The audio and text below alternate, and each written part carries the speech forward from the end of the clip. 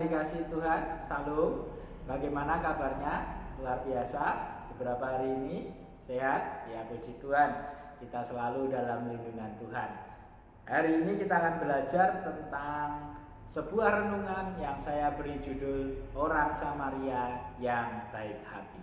Mari kita berdoa terlebih dahulu. Bapa yang baik, kalau sebentar kami mau mendengar dan merenungkan firman-Mu, Tuhan, tolong Kau jamah hadir di tempat ini, hadir di channel ini, hadir di rekaman ini Tuhan, sehingga setiap orang yang saat ini sedang menyimak, yang saat ini sedang menonton, yang saat ini sedang mendengar kebenaran firman-Mu pada rekaman hari ini diberkati, diubahkan, dijamah Tuhan, sehingga hidup kami makin hari makin mengasihi Allah dan sesama. Terima kasih Tuhan, di dalam nama Yesus kami berdoa. Haleluya. Yang siap diberkati Tuhan katakan amin. Bapak Ibu yang dikasihi Tuhan, kita akan belajar seperti biasa ayat demi ayat di dalam Lukas 10 ayat 25 sampai ayat 37. Demikianlah firman Tuhan ayat 25. Pada suatu kali berdirilah seorang ahli Taurat untuk mencobai Yesus, katanya, "Guru, apa yang harus kuperbuat untuk memperoleh hidup yang kekal?" Jadi ada seorang ahli Taurat yang sedang bertanya kepada Yesus. Tapi tujuan pertanyaan ini, saudara, untuk mencobai Yesus. Dia bertujuan bukan untuk belajar dari Yesus.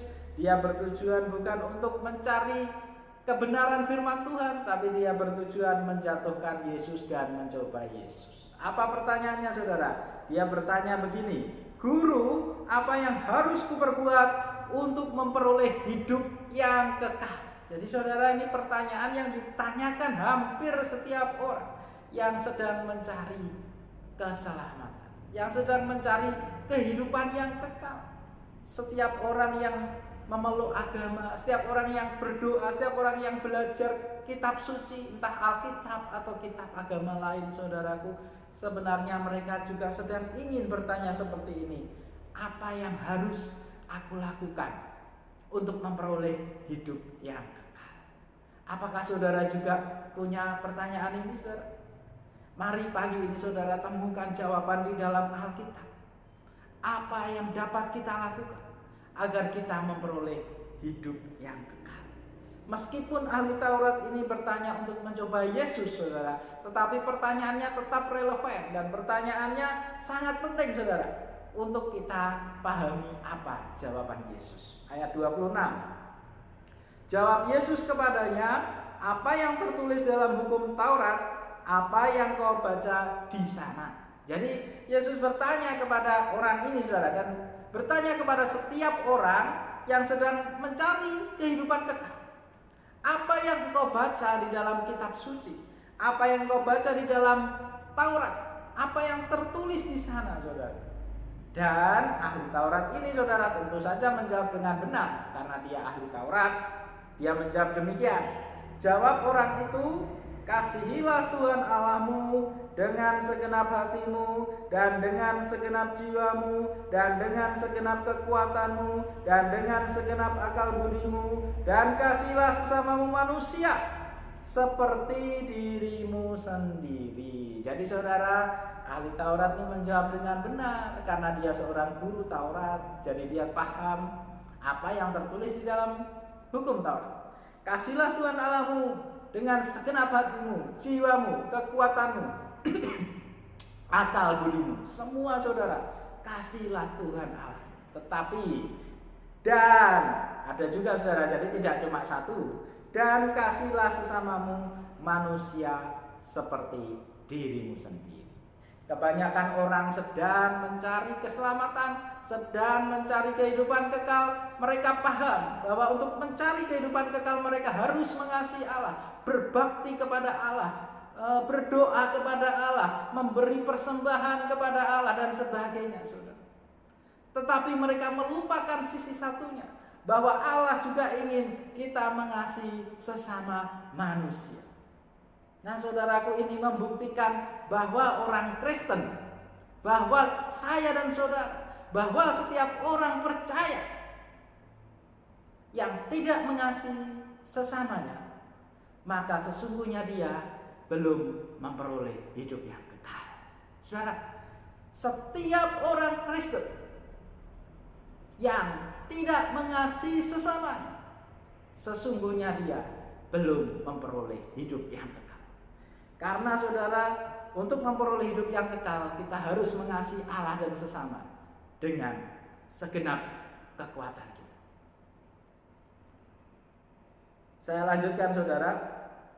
Hal ini bukan berarti saudara keselamatan itu didapat dari perbuatan baik, bukan saudara. Tetapi ini sebuah tanda bahwa melalui iman dan ketaatan kita diselamatkan. Tetapi kasih menunjukkan kepada kita bahwa ini tanda kita telah melakukan iman dan ketaatan kita kepada Tuhan. Amin saudaraku. Ayat 28 saya lanjutkan. Kata Yesus kepadanya, jawabmu itu benar, perbuatlah demikian, maka engkau akan hidup. Nah saudara, kalau saudara sedang terkejut akan jawaban orang Farisi ini, orang ahli Taurat ini, saudara, oh ternyata mengasihi Allah dan sesama ya untuk memperoleh hidup yang kekal ya. Apakah itu betul? Nah saudara, itu betul sekali. Ayat 28, Yesus menjawab, jawabmu itu benar. Jadi saudara benar saudara. Kasih Tuhan Allahmu dan kasih sesamamu kalau engkau ingin memperoleh hidup yang kekal. Perbuatlah demikian, maka engkau akan hidup. Jadi apabila saudara ingin hidup yang lebih dari hidup yang penuh damai sejahtera dan sukacita, memperoleh hidup yang kekal nantinya saudara, kasihlah Tuhan Allahmu dan sesamamu manusia. Ayat 29, tetapi untuk membenarkan dirinya, orang itu berkata kepada Yesus, dan siapakah sesamaku manusia? Jadi saudara, orang itu masih saja membenarkan dirinya. Oh kalau memang harus mengasihi Allah dan sesama, lalu siapa sesamaku manusia? Kan manusia itu ada banyak saudara. Ada golongan A, golongan B, golongan C, suku A, suku B, suku C, agama A, agama B, agama C, dan sebagainya. Lalu ahli Taurat ini bertanya, yang mana sesamaku manusia itu siapa saudara? Mari kita belajar. Siapakah sesama kita manusia? Siapakah sesamamu saudara? Siapakah saudaramu saudara? Apakah hanya golongan tertentu atau siapa? Ayat 30, jawab Yesus, adalah seorang yang turun dari Yerusalem ke Yeriko.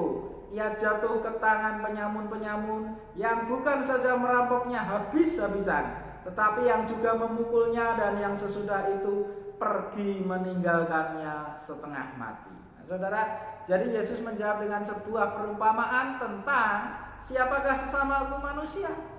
Ada seorang yang turun dari Yerusalem ke Yeriko. Dia orang Yahudi saudara, turun dari Yerusalem menuju Yeriko. Tetapi di tengah jalan dia dihadang oleh penyamun-penyamun. Dia dipukul, dicambuk dan sebagainya, ditendang hingga saudara setengah mati ditinggalkan. Dirampas tentunya barang-barangnya saudara. Setengah mati ditinggalkan. Saya melihat video-video klip tentang perumpamaan ini saudara. Orang Yahudi ini ditinggalkan setengah mati, matanya bengkak, tubuhnya penuh darah, bahkan mungkin setiap orang yang melihatnya bisa saja jijik saudara, karena kondisinya sudah entah ini jenazah atau orang, karena dia setengah mati sekarat. Ayat 31, kebetulan ada seorang imam turun melalui jalan itu. Ia melihat orang itu, tetapi ia melewatinya dari seberang jalan. Lalu saudara, ada imam, orang yang melayani Tuhan, sesamanya orang Yahudi, melewati jalan itu. Dia hanya melihat saudara. Dia tidak tergerak hatinya dan belas kasihan. Dia hanya melihat. Mungkin sempat dia berpikir, mungkin saudara, aku tolong atau tidak ya. Tetapi aku sedang ditunggu di rapat-rapat besar, tapi aku sedang ditunggu di pelayanan-pelayanan besar dan sebagainya saudara, sehingga imam ini melewatinya saudara. Saya lanjutkan. Demikian juga seorang Lewi datang ke tempat itu. Ketika ia melihat orang itu, ia melewatinya dari seberang jalan. Kemudian yang kedua datang juga orang Lewi saudara, orang yang juga melayani Tuhan sepenuh waktunya, tetapi ketika melihat orang kesusahan ini, dia melewatinya begitu saja. Ya, kita tidak bisa menghakimi dan tidak bisa menilai pikiran seseorang, saudara. Tetapi sekali lagi, saudara, mengasihi sesama adalah bentuk dari iman dan ketaatan kita untuk memperoleh hidup yang kekal. Kasih Tuhan Allahmu dan sesamamu manusia. Ayat 33, lalu datang seorang Samaria yang sedang dalam perjalanan ke tempat itu, dan ketika ia melihat orang itu, tergeraklah hatinya oleh belas kasihan. Orang yang ketiga, saudara, siapa, saudara? Seorang Samaria. Beda suku dengan orang yang setengah mati ini. Bahkan orang yang setengah mati ini membenci sukunya orang Samaria ini, saudara. Jadi orang Samaria ini orang minoritas yang sedang dibenci, saudara. Dan dia melihat orang Yahudi ini setengah mati ditinggalkan. Hatinya tergerak oleh belas kasihan, saudaraku. Hatinya tergerak oleh belas kasihan karena dia mengasihi Allah dan sesama. Ayat 34, ia pergi kepadanya lalu membalut luka-lukanya, sesudah ia menyiraminya dengan minyak dan anggur. Kemudian ia menaikkan orang itu ke atas keledai tunggangannya sendiri, lalu membawanya ke tempat penginapan dan merawatnya. Jadi orang Samaria ini, saudara, tidak hanya membalut luka-lukanya saja, tidak hanya menyiraminya, membersihkan luka saja, saudara, tetapi dia juga membawa orang Yahudi yang setengah mati ditinggalkan ini ke penginapan, saudara. Ke penginapan supaya orang ini dirawat. Lalu dia berpesan kepada pemilik atau perawat penginapan, begini pesannya. 35. Keesokan harinya ia menyerahkan 2 dinar kepada pemilik penginapan itu. Katanya, rawatlah dia, dan jika kau belanjakan lebih dari ini, aku akan menggantinya waktu aku kembali. Ya, saudara, jadi dia juga mau. Tidak cuma berkorban waktu, tidak cuma berkorban tenaga, tapi dia juga mau berkorban dana.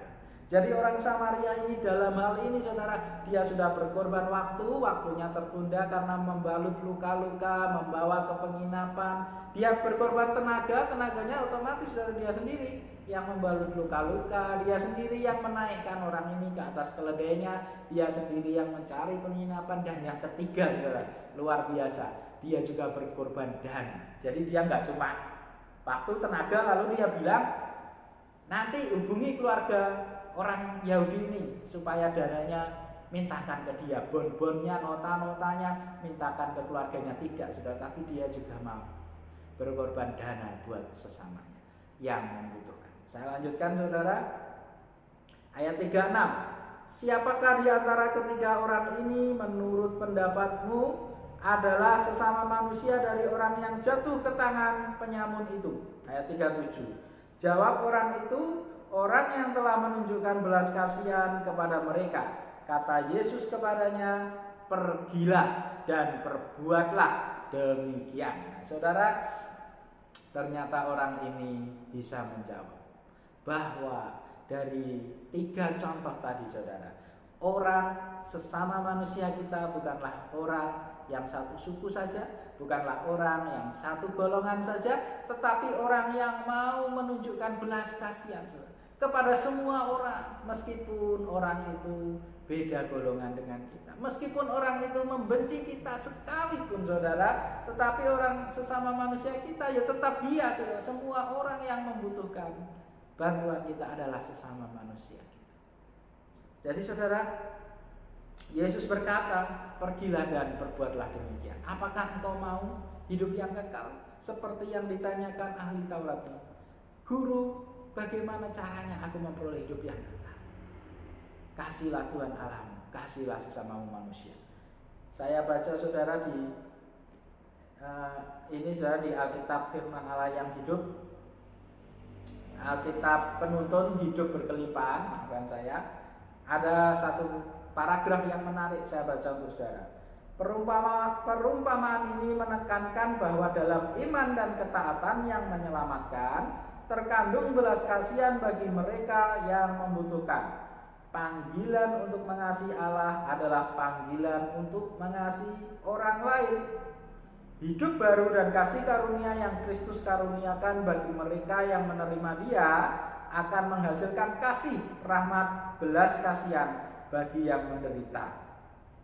Mereka yang menyebut dirinya Kristen namun hatinya tidak peka terhadap penderitaan dan keperluan orang lain menyatakan dengan jelas bahwa di dalam diri mereka tidak terdapat hidup yang kekal. Saudara, mari kita kasih Tuhan dan sesama kita lebih lagi dalam hidup ini melayani dan melayani orang lain. Mari kita berdoa. Bapa yang ada dalam kerajaan surga, terima kasih buat kebenaran firman-Mu dan pagi ini jamah kami Tuhan. Mampukan kami untuk lebih lagi mengasihi sesama kami Tuhan, untuk lebih lagi mau berkorban waktu, tenaga dan dana untuk orang-orang yang membutuhkan Tuhan. Engkau yang akan taruh di dalam hati kami, Engkau yang akan pertemukan kami dengan orang-orang yang membutuhkan. Terima kasih Tuhan, terima kasih. Kiranya Engkau jamah dan berkati setiap anak-anak-Mu yang menonton channel ini Tuhan. Berkati keluarganya, berkati ekonominya, berkati kesehatannya, berkati pelayanannya. Terpujilah nama-Mu Tuhan, di dalam nama Yesus hamba berdoa dan mengucap syukur. Amin. Terima kasih saudaraku, Tuhan Yesus memberkati.